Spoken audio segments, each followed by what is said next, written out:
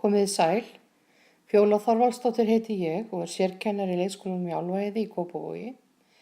Hún Kristín bað mig að flytja ykkur smá erindi hvernig við getum notað upplýsingatækni með ungum börnum og þá leggja áherslu á náttúrufræði greinar. Í erindinu ætla ég að koma inn á hvernig við getum notað upplýsingatækni í náttúrufræði, hvernig upplýsingatæknin eykur fjölbreytni og svo ætla ég að tala aðeins um spjaldtölvur og smáforrit og ég ætla aðeins að koma með ábendingar áhugavert efni fyrir ykkur. Allan daginn eru börn að upplifa notkun og tækni nútímans. Þetta við í leikskólanum, grunnskólanum og heima, umferðinni, út í búð og rauninni hvar sem er. Það er fjallað tölvur og stafræn samskiptatækni í aðalnámskrá sem kom út 2011 og ég gerir ráð fyrir að þið hafi verið að fara í hana og það sé búið að fjalla heilmikið aðalnámskrána með ykkur, þannig ég ætla ekki að eyða tímanum í að tala sérstaklega hana, en ég hvet ykkur til þess að kynna ykkur þetta vel. Við getum í skólastarfi að sjálfsögðu nota tæknina til þess að sækja okkur heimildir. Ég vil benda ykkur sérstaklega ef við erum að hugsa náttúrufræði á krakkavef sem er á vegum Menntamálastofnunar. Við höfum notað hann mjög mikið. Þær eru margs konar verkefni sem hægt er að vinna eftir og eins hægt að sækja sér heimildir. Við notum til dæmis mjög mikið fuglavefinn og notum hann mjög skemmtilega hátt. Börnin hlusta á fuglana og læra fuglana. Síðan höfum við farið út í náttúruna og reynt að finna þá eftir þeim heimildum sem við höfum verið að leita eftir. Í vísindavinnu í skólastarfi geta komið upp álitamál og er þá gott að leita upplýsinga á veraldarvefnum. Við getum rannsakað það sem við finnum út í garði eða á göngu okkar úti. Við getum líka rannsakað okkur sjálf eða það sem við finnum innandýra. Einn barnahópurinn fann til dæmis silfurskottu og eftir nokkra daga vissu þau allt þær.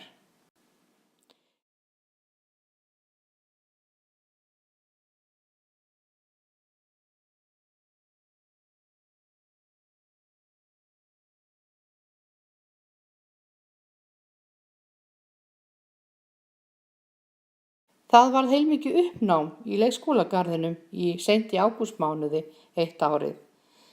Eitt barnið hafði fundið geitungabú og losað af trjágrein og opnað. Þið getið rétt ímyndað ykkur með því að horfa á þessa mynd hver viðbrögð okkar voru. Geitungarbú eru alveg ótrúleg byggingarsmíði eins og sjá má á þessari mynd. Við ákváðum að taka geitungabúið með okkur inn til þess að rannsaka það nánar. Við létum það í poka og fórum með það inn í leikskólann. Við vorum svo heppin að það var barn út í garði með myndavél og það skráði niður ferlið sem átti sér stað utandyra. Í viku tíma voru börnin að rannsaka geitungabúið. Tölvan var á borðinu með smásjá og þau gátu farið að vild og skoðað geitungana. Það var margt sem kom á óvart við rannsóknir á geitungum og margt sem við lærðum. Þetta með ólíkindum hversu mikil og flókin smíði það að gera geitungabú. Við komumst að því að geitungar eru loðnir, eitthvað sem okkur óraði ekki fyrir. Allan tíman vörpum við myndinni úr smásjánni upp á vegg og það í öllum tilvikum betra fyrir lítið börn eða yngri börn að hafa stærri mynd til að skoða. Í dag eru til mun meðferðilegri smásjár, þess sem stúlkan er meðfæst í A4. En svo eru líka til núna mikrolinsur sem eru gott að setja bara beint á snjallsíma eða iPad. Mér skilst að önnur af þessum linsum fáist í Tiger fyrir lítinn pening, en það er líka hægt að kaupa vandaðri mikrolinsur á veraldarvefnum, meðal annars á Amazon. Sama má segja skjávarpa. Það er engin ástæða til að dröslast lengur með stóru skjávarpana. Við getum keypt okkur litla skjávarpa sem eru álíka stórir og snjallsímar og eru mjög þægilegir í notkun hægt að tengja beint við iPadinn. Börnin taka reglulega ljósmyndir á ákveðnum svæðum í náttúrunni og fylgjast þannig með þeim breytingum sem að verða á náttúrunni eftir árstíðum.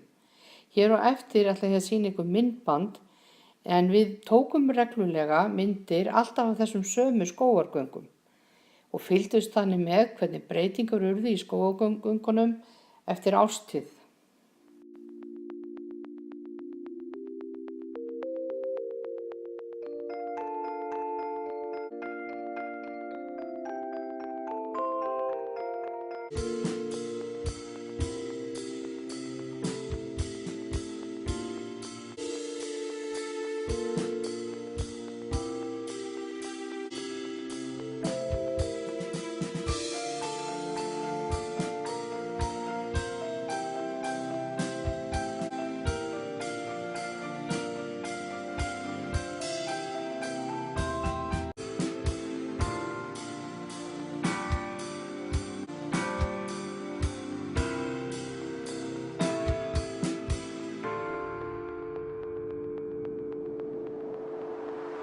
Nú ætla ég aðeins að fjalla spjaldtölvur og smáforrit.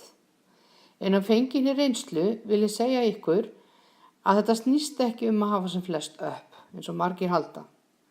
Það allra mikilvægast í þessu sambandi að einbeita sér að námi barnanna. Hvað viljum við að börnin læri? Hvar eru börnin stödd? Hvað hentar börnunum okkar? Hvert og eitt barn er einstakt. Þarfir barna eru afar misjafnar. Þetta snýst gæði og hvernig við ætlum að nýta uppin. Hvert er markmið með notkun þeirra? Það er lykilspurningin. Við verðum að passa okkur á því að gleyma okkur ekki í leit að námsefni og að það verði markmið með notkun spjaldtölvunar í stað þess að líta á hana sem verkfæri. Það að við teljum að því fleiri upp, því betri kennsla, gengur ekki upp. Erum við að sækja verkfærið og spyrja svo hvað get ég gert með því, en ekki öfugt. Hvert er markmiðið? Hvaða þroskaþátt barnanna ætlar þú að efla? Í hvaða námsþætti ætlar þú að nota spjaldtölvuna? Taktu fyrst ákvörðun það og skoðaðu svo hvort þú finnur app eða smáforrit sem barnið getur lært þessa þætti af. Ég á mér uppáhalds smáforrit sem eiga það öll sameiginlegt að hægt er að nýta þau til skapandi vinnu með börnunum, óháð námsgrein eða námssviði. En þar sem þið eruð á námskeiðum náttúrufræði, ætla ég að kynna fyrir ykkur smáforrit sem hægt er að nota út í náttúrunni. Eitt skemmtilegasta smáforriti sem ég hef kynnst til þess að útbúa ratleiki utandyra er smáforritið X-Note. Það kostar ekki mikið, það kostar tæpa $3. Forritið er mjög einfalt í notkun. Þegar forritið opnast er þér boðið að setja inn mynd af því sem á að leita að eða staðnum sem á að fara á. Síðan einfaldlega ákveður þú ákvörðunarstað og merkir inn á kort sem birtist á skjánum. Þú skrifar skilaboð þeirra sem eiga að leita og getur til dæmis óskað þeim til hamingjum eða hafa fundið fjársjóðinn. Svo sendir þú þeim tölvupóst. Það eru reyndar fleiri sendingamöguleikar, til dæmis hægt að senda á Facebook og fleira, til þess sem á að leita að staðnum. Þegar að viðtakandi opnar tölvupóstinn, smellir hann á mynd af X-Note og þá birtist kort. Á kortinu er áfangastaður merktur með stóru X-i og staðsetning þeirra sem er að leita með bláum punkti. Þessi blái punktur færist leið og þú leggur af stað og nálgast áfangastaðinn smátt og smátt. Nýlega fórum við með 4 ára börnin og minni deild í ratleik þar sem þau leituðu heimilum sínum með aðstoð smáforritsins. Það er búttur. Það kemur, þarna. Er þetta rétt? Já. Það er alveg að koma. Alveg að koma. Hvert erum við að fara svo? Hérna. Við erum að fara að beygja núna. Erum við að beygja núna? Já. Segir Abbertin það? Já. Já, ok. Já. Já. Já. Erum við góða fyrir að sjá þig? Sjáu þig? En hvað segir iPadin? Er alveg komin. Erum við komin úr réttan stað? Já. Alveg komin? Alveg komin. Glæsilegt. Þessi. Skyview smáforritið er ókeypis og alveg einstaklega skemmtilegt. Börnin eru algjörlega heilluð af því. Þau beina iPadinum upp til himins til þess að finna stjörnumerkin og stjörnurnar. Það er hægt að gera hvort sem er í björtu sem dimmu. Það verða miklar umræður stjörnukerfið og stjörnumerkin við þennan skemmtilega leik. QR-kóðar eru frábærir til þess að nota í ratleiki bæði úti og inni. Þeir hafa þann eiginleika að þú getur falið nánast hvað sem er á bakvið þá. Til dæmis mættu færa ratleik inn í leikskólanum eða nánasta nágrenni hans. Kóðarnir vísa þér þá á ákveðna staði í nágrenninu og þar geta verið staðsettir kóðar sem að fræða börnin til dæmis staðhætti, örnefni, plöntur, tré og hvað sem þér kann að detta í hug og vísa á næsta stað. Kóðinn sér þá til þess að spjaldtölvunni eða símanum þá opnast heimasíða með fróðleik eða kennarinn er búinn að setja inn fræðandi texta. QR-kóði er útbúinn á vefsíðunni qrcode.com og svo þarf að hlaða niður smáforritið sem getur lesið kóðan og þar er hægt að nota til dæmis skanner sem er fínt forrit.